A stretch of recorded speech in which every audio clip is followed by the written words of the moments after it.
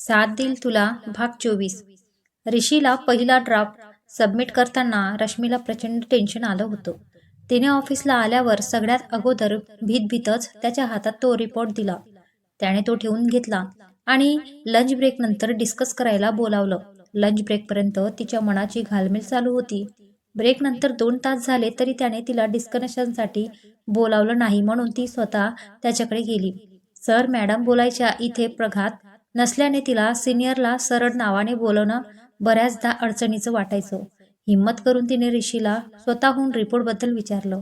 Sir I mean ऋषी, आपण report discuss करणार होतो. I don't discuss garbage. I don't have time for that. त्याने तिच्याकडे दुर्लक्ष करत त्याने त्याचं काम चालू ठेवलं. व्हॉट हॅपन ऋषी, तिने भीतभीत विचारलं. गार्बेज म्हटल्याने झालेल्या अपमानात तिला चांगलंच जिवारी लागलं. त्याने जरा वेळ तिच्याकडे बघितलं. एका फोल्डरमधून तिचा रिपोर्ट बाहेर काढला आणि तिच्याकडे भिरकावला. रश्मी, हा कसला रिसर्च केलाय तू? इतकी प्रेडिक्टेबल, रटाळ आणि रुटीन माहिती? तुला थीमच समजली नाहीये रश्मी, कळतंय का तुला? पूर्ण 15 दिवस वेस्ट केलेत तू ह्या फालतू कामात. ऋषी जवळपास 100 सोर्सेसवरून ही सगळी माहिती प्रवासाच्या अँगलने कलेक्ट करून कंपाईल केलीये. आय मीन रश्मी, आहे ती माहीत. कंपाईल करणं याला रिसर्च म्हणतात. WITFR. What is unique here? Travel बुकसाठी स्क्रिप्ट बनवायचीये. हा असा डेटा टाकणार त्यात. कुणाला इंटरेस्ट येईल तो वाचण्यात? तुला ट्रॅव्हल क्वेस्ट समजते का? त्यातली डेप्थ समजते का? कुठला प्रवास युनिक असतो काही विचार केला नाही. 15 डेज जस्ट कचरा वेचला. तो अजूनच चिडत म्हणाला. त्याचा आवाज टेपला गेला होता. ते भेदरून तिथेच उभी होती. तिचे डोळे डबडबले. त्या दरम्यान ऋषीकडे कामासाठी म्हणून आलेली मिका मागे उभी आहे हे तिच्या लक्षात आलं नाही. ऋषीला असं चिडलेलं पाहून ती पुढे आली. काय झालं मित्रांनो? ऋषी, तू काय ओरडतोयस? मिका, मी तुला सांगितलं होतं की ती क्लायंट सेक्शनमध्ये काम करते. तिला संशोधनाचा अनुभव नाहीये, पण तू मला तिच्या कामाची हमी दिलीस. तिच्याकडे स्क्रिप्ट आहे आणि ते सगळं हे बघ. तिने या गोष्टीत 15 दिवस वाया घालवले. अरे देवा. तिच्या हातात तो रिपोर्ट ठेवत ऋषी म्हणाला. Okay Rishi, relax. She will definitely do it the way you wanted. Chill. ती त्याला शांत करण्याचा प्रयत्न करत होती. Ma'am, Mika, I will. Rashmi इतकी भेदरली होती की तिला शब्द सुचत नव्हते. खराब कामावरून अपमानित होण्याचा ही पहिलीच वेळ होती. तिचा आवाज कापरा झाला. ती कुठल्याही क्षणी रडू शकते हे पाहून मिकाने तिला लगेचच खांद्याला धरून चालतं केलं. Come with me, let's have a cup of coffee. कॅफेटेरियात छानशी निवांत जागा बघून कॉफी घेत त्या बसल्या. रश्मीची मिकाच्या नजरेला नजर देण्याची हिंमत होत नव्हती. कामावरून इतकं टाकून तिला आतापर्यंत कुणीही बोललं नव्हतं. हा अपमान पचवणं खूप जड जात होतं. मिकानेच मग बोलायला सुरुवात केली. रश्मी, आमच्या सर्व शाखांकडून आम्हाला खूप प्रस्ताव आले, पण तुमचा काही वेगळाच होता. कारण शेवटच्या क्वेश्चनला जी होल्शियन डेजची फिलॉसॉफी तू लिहिली होती, ज्या पद्धतीने रिलेट केली होती, दॅट्स वॉज अमेझिंग. तू ज्या पद्धतीने उत्तर लिहिली होतीस, ती पद्धत, ते विचार खूप वेगळे, क्लेशे तोडणारे होते. अगदी crunchy. Rishi wants that's Rashmi. He accepted the same crunchiness in your विचार, युअर वर्क. पण तू नेहमीच्या पडतीला डेटा त्याला दाखवला. वेगळ्या प्रवाशांचा विचार करा. दर्जेदारे पुस्तके, ट्विटर हँडल वाचा, इन्स्टा फोटो कॅप्शन, ब्लॉग यांचे विलक्षण करा. एका ट्रॅव्हलिंगची क्वेस्ट कुठल्या कुठल्या माध्यमातून व्यक्त होऊ शकते ते शोध. आपली ह्यूज लायब्ररी आहे. Keep on reading, cap on searching. अजून कुठल्या प्रकारचे प्रवासी असू शकतात ज्याचा कुणी विचार केला नसेल? काहीतरी वेगळं शोध. In advertising it is must to keep the child within you always awake. माणसं वाच, व्यक्त हो, स्पार्क झालेल्या आयडियाज, कॉन्सेप्ट लिहून काढ, डिस्कस कर. कुणीतरी मेंटोर असतोच ना आपल्या आयुष्यात, जो ह्या रॉ वियर्ड चाइल्ड लाईफ तुकड्यात तुकड्यात विखुरलेल्या विचारांचा कोलॅज बनवायला मदत करतो. Talk with that person. Take help of such person in your life. मला खात्री आहे तू नक्की छान काम करशील. चीर अप स्वीट हार्ट. मिकाच्या ह्या बोलण्याने तिला खूप रिलॅक्स वाटलं. तिने भीतभीतच फोल्डरमधून पेपर काढला आणि तिच्या हातात दिला. मिका, ह्या पेजवरून एकदा नजर फिरवतेस? रिपोर्ट करताना सहज काही नोट्स काढल्या होत्या. म्हणजे प्रवास, यात्रिक, ट्रॅव्हल गेस्टला अनुसरून जरा वेगळा धागा निवडला होता आणि त्याला डॉन किंवा त्याच्या इम्पॉसिबल ड्रीम सोबत जरा जोडायचा प्रयत्न केला होता. मला ते वियर्ड चिल्डिस वाटलं म्हणून मी त्यावर काम केलं नाही. सिधीज त्यावर फक्त काही नोंदी होत्या. एक ट्रायबल क्वेस्ट, कालिदासाच्या मेघदूताच्या रूपाने मेघदूतमध्ये नाही का एका शापित यक्षाचं त्याच्या प्रियेच्या दुरावेतने सैरभर झालेलं मन इतकं ओढाळ होतं की एका नॉन लिव्हिंग अचेतन मेघाला दूत बनवून यत्न त्याला प्रियकडे निरोप पोहोचवण्याची विनंती करतो. तिचा पत्ता देतो आणि त्याने कसा, कुठून प्रवास करायचा हे सुद्धा अगदी तन्मयतेने सांगतो. तो त्याने आखून दिलेला प्रवास किती अनोखा आहे. प्रियेला एक धागा निरोप देण्यासाठी आउट ऑफ द वर्ल्ड असलेला लव्ह क्वेस्ट, बागडणारा प्रवास, मेघदूत, 2 मायग्रेटिंग बर्ड्स. आज अचानक समोर आलेला रेफरन्स खूप विचार करायला लावणारा आहे. हा अजून एक प्रवास मला खूप डीप थॉट्स देऊन गेला. तो प्रवास म्हणजे मायग्रेटिंग बर्ड्स, सैबरेरिंग क्रेन, चक्रवाक, चातक पक्षी हे दुसऱ्या देशातून येतात. यांची सायंटिफिक जिओग्राफिकल ट्रॅव्हल क्वेस्ट तर आहेच, पण काही रेफरन्समध्ये विशेषतः क्रेन्स, सारस, क्रंच पक्षी नेहमी जोडीने प्रवास करतो. याचं हे अमेझिंग प्रेम पुराण कथांमध्ये सुद्धा आलेलं आहे. काय असेल ह्या छोट्याशा जीवांची एकत्र प्रवास मागची इंटरप्रेट्स? 3 खाना बदोश, सच ए ब्युटिफुल वर्ल्ड. कुठलंही डिस्कशनेस नाही, कुठलंही बंधन नाही. थांब किंवा परतून ये म्हणणार घर नाही. जिप्सी भटकत राहणं हेच जीवन. खानाबदोश. खानाबदोशी हा एमलेस प्रवास असला तरी निरर्थक नाही. त्यामुळे हे खानाबदोश पक्षी लोक हे खरे ट्रॅव्हल. त्यांची काहीच ट्रॅव्हल क्वेस्ट नाही, तरीही त्यांच्या प्रत्येक क्वेस्टसाठी स्वतंत्र प्रवास आहे. माझ्यासाठी ही भटकी खानबदोश मंडळी म्हणजे प्रवासच. उगमस्थान. मिकाच्या चेहऱ्यावर ते पॉइंट्स वाचून वेगळीच चमक जाणवली. ओ माय गॉड बेबी, ह्यावर अजून रिसर्च करू शकशील? असे अजून आपल्या आजूबाजूला आपल्या जवळचे काय काय हुक पॉइंट आहेत त्यावर रिसर्च कर. म्हणजे सोशल प्रिंट, सिल्क, चित्र जे असेल ते सगळं शोध. आपल्याला क्लायंटला प्रवास सारांश, वेब सामग्री, प्रिंट सामग्री आणि काय प्रदान करत नाही. आम्हाला अशा प्रकारच्या अद्वितीय आणि वेगळ्या हुक पॉइंट्सवर काम करायचे आहे. सुरुवात करा. ही रश्मी आहे जी त्या प्रपोजलमध्ये होती.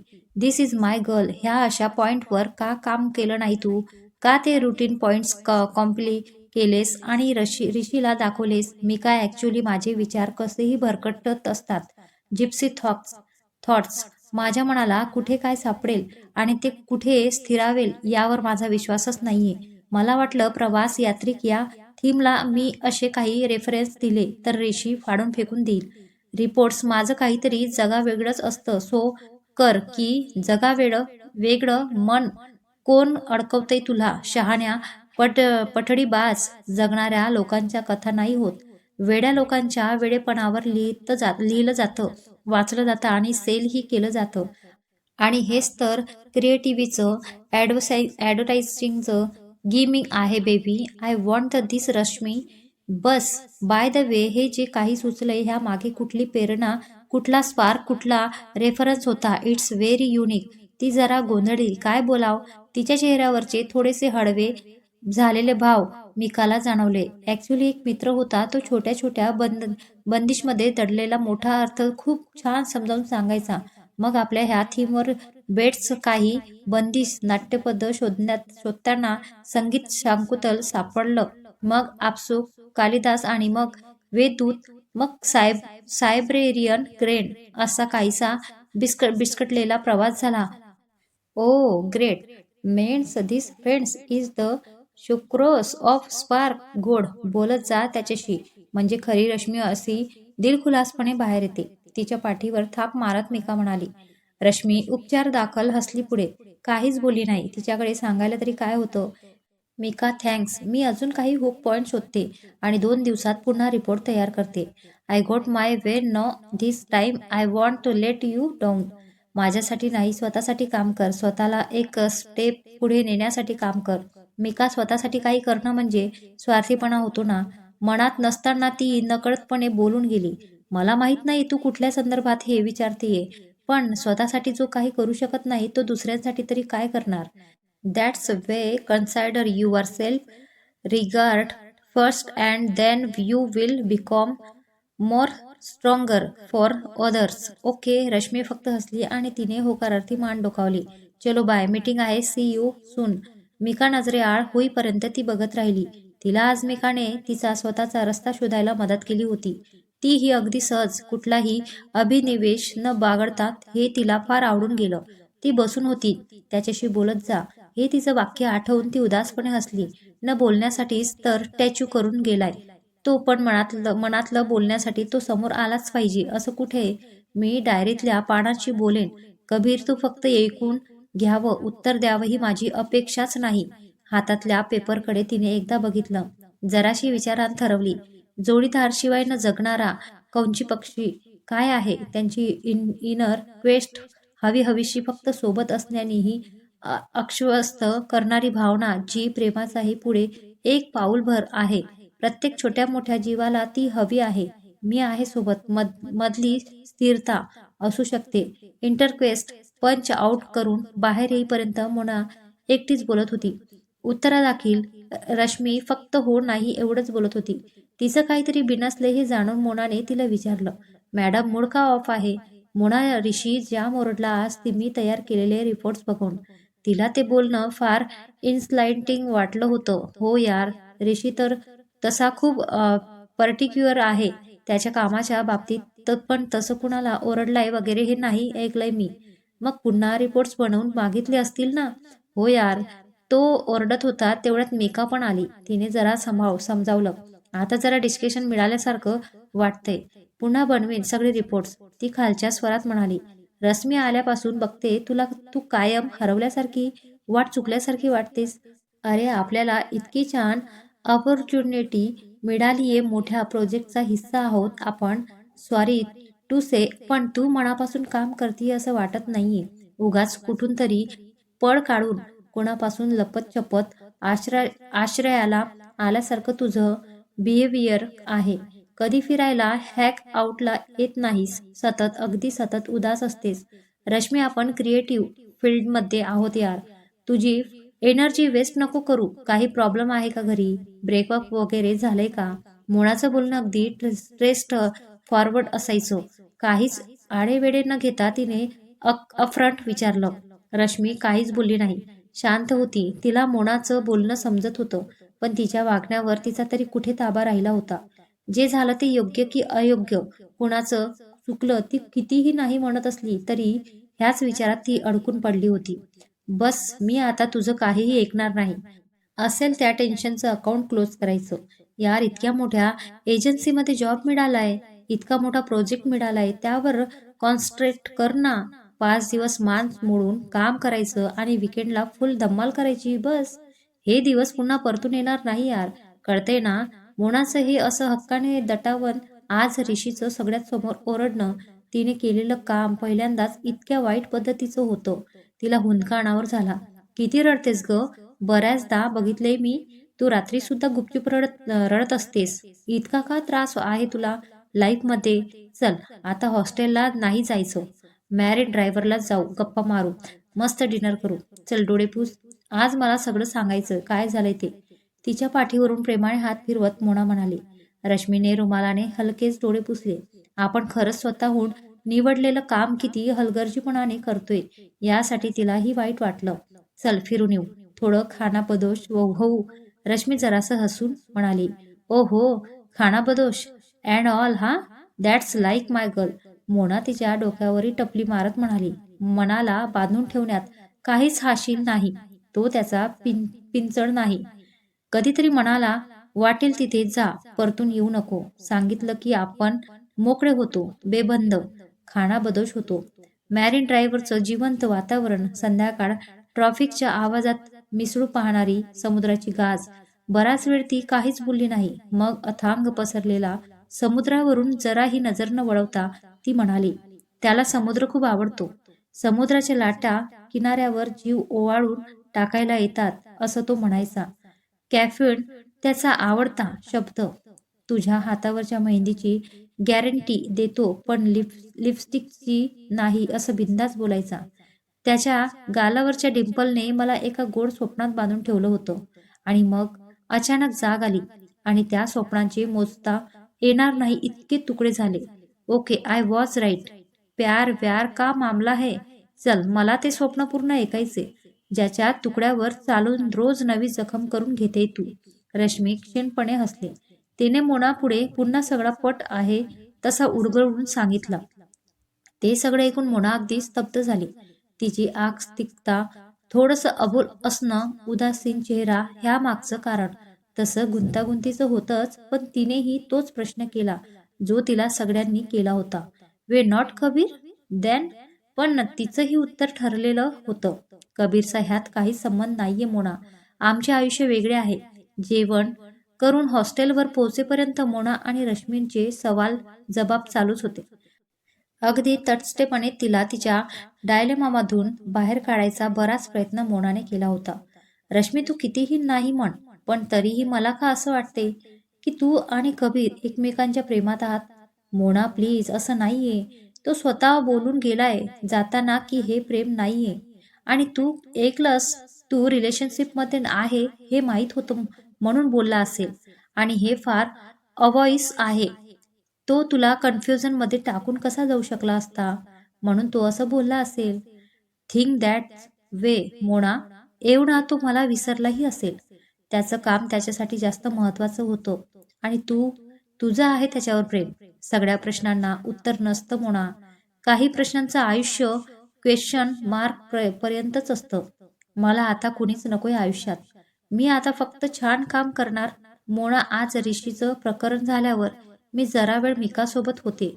मला मिकाने खूप छान समजावून सांगितलं. स्वतःला चांगल्याप्रमाणे एक्सप्लोअर कसं करू शकते हे सुद्धा सांगितलं. यार, सी इज डॅम टॅलेंट. बरं, व्हॉट एव्हर. यार, आता ठरले ना तुझं की काम काम आणि फक्त काम करणार. मग सोड आता दोघांचा विषय. जिंदगी है, चलता है यार. तिकडे तो संग्राम नव्या रिलेशनशिपमध्ये खुश असेल. आता नसला तरी होईल हळूहळू. वेळ आणि सहवास मागचं सगळं विसरायला लावतात. सोचिल. आणि कबीर बद्दल तर तुला काही फिलिंग्स नाहीये म्हणते ना, मग झालं तर. काय इतका राडा हवाय लाईफमध्ये. हे बघ, प्रत्येक बॅड फेस एक्सपायरी डेट सोबत येते. इतकं सिंपल आहे सगळं. उद्यापासून मला कामावर फुल ऑन कॉन्सन्ट्रेशन हवंय. आणि रूमवर आता नो मोर रोना धोना. प्रॉमिस. यस. भूतकाळातल्या चुका घडता कितीही डोकं फोडलं तरी दुरुस्त होत नसतात, पण त्याने वर्तमान काळही खराब होऊन चुकांमध्ये नवनवीन भर पडत जाते. त्यामुळे त्या चुकांकडे किती दिवस बघत कुढत जगत राहायचं हे ज्याला लवकर समजतं तो पुन्हा अशा चुका होणार नाही याची काळजी नक्की घेतो. ह्या नवीन प्रोजेक्टमध्ये अगदी झोकून काम करायचं ही नवी उमेद घेऊनच नवीन दिवस उगवला होता. अजून एक नवीन प्रॉमिस तिने स्वतःशी केलं होतं, ते म्हणजे डायरीतून कबीरशी बोलायचं. करिअरच्या ह्या टप्प्यावर तिला समजून घेणारा, मार्गदर्शन करणारा तिचा साथिया तिला हवा होता. आज 3 दिवसांवर तिने घाबरतच नवीन रिपोर्ट ऋषीच्या हातात दिला. त्या शेजारी काजल ही बसली होती. त्याची नजर पेपरवरून फिरत होती. तसं तिला अजूनच धडधडत होतं. What is this? From where you get all that import? Rishi जरा वरच्या पट्टीत बोलला. तसे तिचे हात थरथरायला लागले. काजलनेही पेपर्सवरून नजर फिरवली. ऋषी, ते आय मीन, पुन्हा एकदा आपण कामात फेल ठरलो ह्या विचारणेनेच ती गडाली. तिचे डोळे पाणावले होते. काजल, बघितला ना हा रिपोर्ट? काय वाटलंय तुला? ऋषीने तिच्याकडे बघून डोळे मिचकावले. तिला समजलं का बोलायचं ते. ऋषी, का बोलू आता? ह्या अशा रिसर्च आयडिया असल्या तर. तिचं बोलणं मधूनच थांबवत तो उठला. रश्मीच्या पाठीवर शाबासकीची थाप मारत तो म्हणाला, अशा रिसर्च आयडिया असल्या तर हा प्रोजेक्ट किती युनिक होईल याचा विचार कर. तिच्याकडे बघून तो मोठ्याने हसला. रश्मीला आनंदाने उड्या माराव्या वाटत होत्या. सॉरी डिअर, त्या दिवशी जरा जास्त ओरडलो. पण बघ, हा असा रिपोर्ट बनवला असतास का तू? ह्याला म्हणतात रिसर्च. मागचा रिपोर्ट म्हणजे फक्त डेटा कॉम्प्लाइंट केला होतास. त्याच्या ह्या बोलण्याने तिचा कॉन्फिडन्स अजूनच वाढला. काजल, शायद अपना ये नूब बच्चा जल्दी प्रो बनेगा. Yes Rashmi, these are fantastic hook points, very good. Kajal कौतुकाने म्हणाली.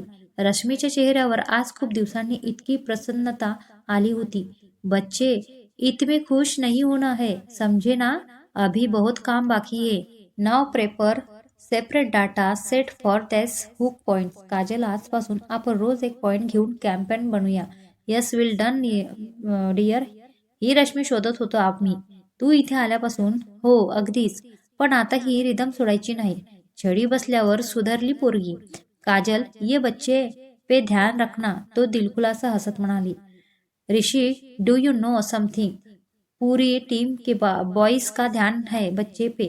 ऋषीकडे बघून विक करत ती म्हणाली. काय सांगतोयस? तर काय, रोज एक ना एक तरी विचारत असतो मला. इज ती सिंगल? रश्मी आता उघडून उभी होती. तिला काय बोलावं हे समजत नव्हतं. So madam, tell us, single आहात का? एक खूप छान प्रपोजर आहे. एकदम डिसेंट बंद आहे. तिची ऑकवर्ड सिच्युएशन पाहून मग ऋषीच म्हणाला. काजल, बस कर, रुलाएगी क्या बच्ची को? तिघेही खडखडून हसायला लागले. तिला पुन्हा शाबासी देऊन ऋषीने पुढचं काम समजावून सांगितलं. ती आज मनापासून आनंदी होती. मन लावून केलेल्या कामाचं कौतुक एक नवीन ऊर्जा देत सकारात्मक बदल घडवून आणतं. कौतुक ही देखील एक नशा असते. ती मिळवण्यासाठी सतत कष्ट करण्याची तयारी मात्र असायला हवीच. ह्या एका कौतुकने रश्मीला अजून एक पायरी पुढे जाऊन चांगलं काम करायची ऊर्जा देखील मिळाली होती.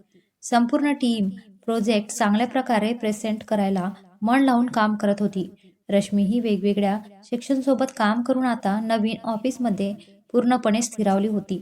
Meeting, presentations, client visit, campaign session सगळ्यात ती समरून काम करत होती. मोनाची देखील काम करायची पद्धत, पॅशन, प्रॅक्टिकल विचारसरणी यातून ती खूप काही शिकत होती. रूमवर आता प्रोजेक्टशिवाय दोघींना काही सुचत नव्हतं. यातही एक गोष्ट आठवणीने रश्मी करत होती. ते म्हणजे तिच्या डायरीत रोज एक पत्र कबीरच्या नावाने लिहायचं.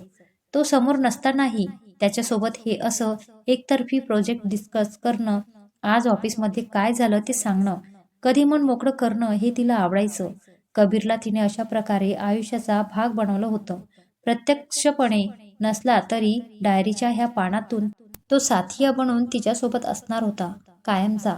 यार, काय मुली आहात तुम्ही? मला विकेंड सेलिब्रेट करूया म्हणून बोलावून घेतलं आणि स्वतः काम करताय.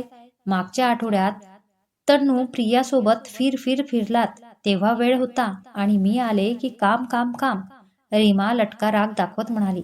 अगं ताई, प्रोजेक्ट शेवटच्या टप्प्यात आहे. अचानक मीटिंग ठरली. मी म्हणत होते मोनाला की ताईला पुढच्या विकेंडला बोलाव या, पण हीच म्हटली मी आहे फ्री, आम्ही एन्जॉय करू, तू जा, म्हणून तुला बोलावलं. त्यामुळे ह्या मोना डार्लिंगला ओरड, काय ओरडायचे ते. रात्री भेटू, मला उशीर झालाय. घाईघाईने आवरून रश्मी बाहेर जायला निघाली. अरे रश्मी, जा, तू काळजी करू नको, मी आहे ताईसोबत, आम्ही मजा करू. You go and attend the meeting. दोघींना घाईघाईने बाय करून ती गेली. ती निघून गेल्याची पूर्ण खात्री करून मोनाने दरवाजा लावला. ताई, सॉरी सॉरी, खूप सॉरी. मला माहित होतं रश्मी आज रूमवर असणार नाहीये म्हणून तुला बोलावून घेतलंय. फोनवर डिस्कस करण्यासारखं नव्हतंच. तुला काहीतरी भारी गोष्ट सांगायचीये. मोनाचा आनंद तिच्या चेहऱ्यावरून ओसडून वाहत होता. काय झालंय, कुठली गोष्ट? रीमाने आश्चर्याने विचारलं.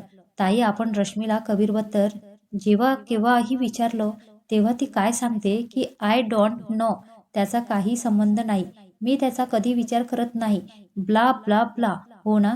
हो, म्हणजे खरं तर पटत नाही तिचे हे उत्तर, पण जबरदस्ती तू कबीरवर प्रेम करच असं कसं सांगणार तिला? तेच तर ताई, ती कबीरवर प्रेम करते हे तिच्या डोळ्यात दिसतं.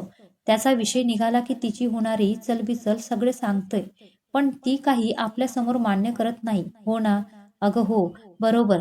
पण तू आता काय हे सगळं सांगते? रीमाला तिच्या बोलण्याचा अर्थ उमगत नव्हता. ताई, I am really very sorry. मी एक वाईट काम केलंय, पण त्यातून काहीतरी चांगलं होणार असं दिसतंय. मोने, चल कोड्यात बोलू नको, लवकर सांग. आता मात्र रीमाचा पेशंट सुटला होता. ताई, गुरुवारी हॉस्टेलमध्ये प्रोग्राम होता. आज युजल आम्ही काम करून खूप थकलो होतो. थोडा विरगुंडा म्हणून रिफ्रिएशन हॉलला जाऊन बसलो. सिसिंग प्रोग्राम होता. आम्ही एन्जॉय करत होतो. शेवटी एक क्लासिकल काहीतरी गाणं होतं. मला ते क्लासिकल वगैरे झेपत नाही.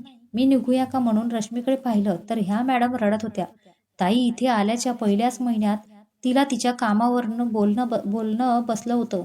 तेव्हाच तिने ठरवलं होतं की आता ह्या इमोशनल अत्याचाराला टाटा बाय बाय करायचंय. तेव्हापासून ती इमोशनली इतकी वीक पडलेली मी बघितलं नव्हतं.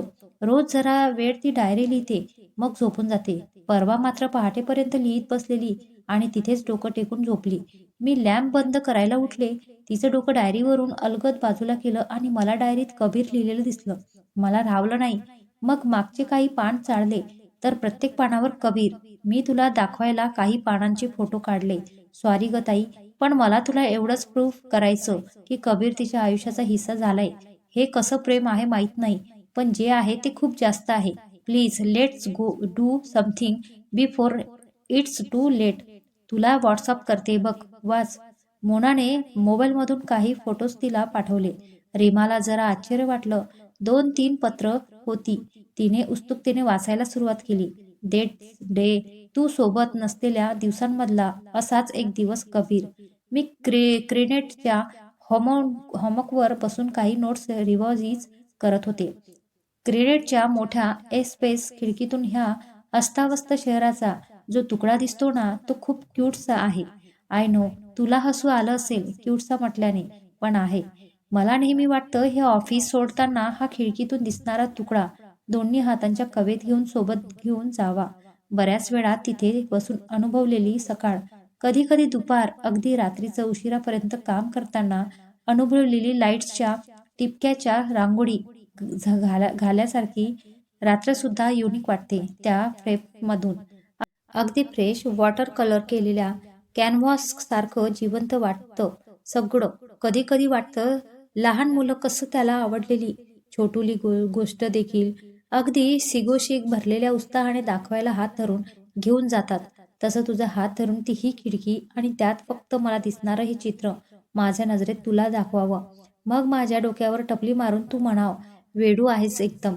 माझे हट्ट बालिश आहे, पण तू पुरवशील उशी अशी उगाच खात्री आहे मला. तुला माहितीये, आज दुपार अगदी ऐन भरात असताना तिला भूल पाडून जरासं अंधारून आलं. तुला खोटं वाटेल, पण मला ती दुपार चक्क घाबरल्यासारखी वाटली. कदाचित तिला वाटलं असेल, हे काय झालं? कुठल्या क्षणात मी ह्या पावसाला शरण गेले? काश हा भूल पडण्याचा, शरण जाण्याचा नेमका क्षण अलगदपणे पकडून ठेवून कुठेतरी लपवावा आला असता. रिकाम्या उदास शांततेत तो क्षण पुन्हा पुन्हा काढून त्या क्षणांची जादू पुन्हा अनुभवण्यात जी उत्सुकता आहे, त्या उत्सुकतेवर मी आता पूर्ण आयुष्य काढू शकते. मागे एकदा संध्याकाळी काम करून प्रचंड थकवा आलेला, काही सुचत नव्हतं. कॅफेटेरियात आम्ही कॉफी मग घेऊन काही न बोलता शांत बसून होतो. ऋषीने मग इस्किलारमधला एक उतारा वाचून दाखवला. त्यातल्या एका शब्दात अजूनही मन गुंतून पडले. हे शब्द वेड्यांचंच वेड संग्राममुळे लागले मला. आपल्या आयुष्यात येणारी, त्याचा महत्वाचा भाग असणारी व्यक्ती आपल्याही न कळत आपल्यात काहीतरी त्यांचं स्वतःचं असं काहीतरी ठेवून जाते. हे वेड त्यांचं स्तर इस्किलारमधल्या त्यातल्या एका शब्दाने मला इम्प्रॉटाईज केलंय.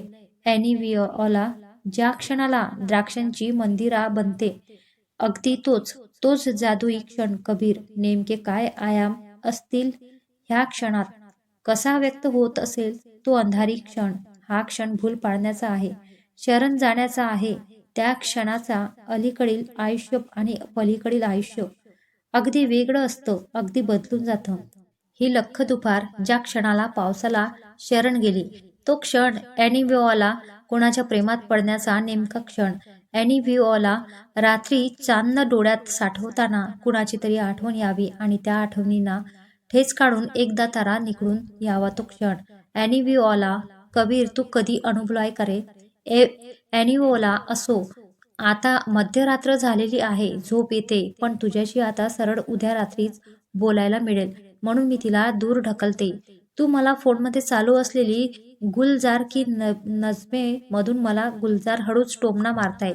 नींद आए तो सो भी जाया करो.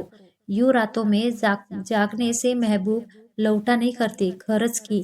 त्यामुळे गुड नाईट. आता मिटल्या डोळ्यात ज्या क्षणी तुझं स्वप्न अलगदपणे उतरलेल आणि माझं ब्लॅक अँड व्हाईट स्वप्न मोरपंखी होईल, तो क्षण ॲनिओला. मी तुझीच. मित्रांनो, भाग लेट पोस्ट केल्याबद्दल सॉरी. ॲक्च्युली माझी तब्येत ठीक नाहीये आणि त्यात बाळ छोटं असल्यामुळे मला वेळ मिळत नाहीये. तर मित्रांनो, तुम्ही बाकी समजू शकता. आणि आजचा हा भाग तुम्हाला कसा वाटला तर मला कमेंटमध्ये नक्की कळवा. आणि व्हिडिओला लाईक आणि शेअर करा आणि चॅनलला सबस्क्राईब करा. सबस्क्राईब करून बेल आयकॉन बटनला ऑल करा, जेणेकरून माझी व्हिडिओ तुमच्यापर्यंत पोहोचेल. धन्यवाद. भेटूया पुढील भागात.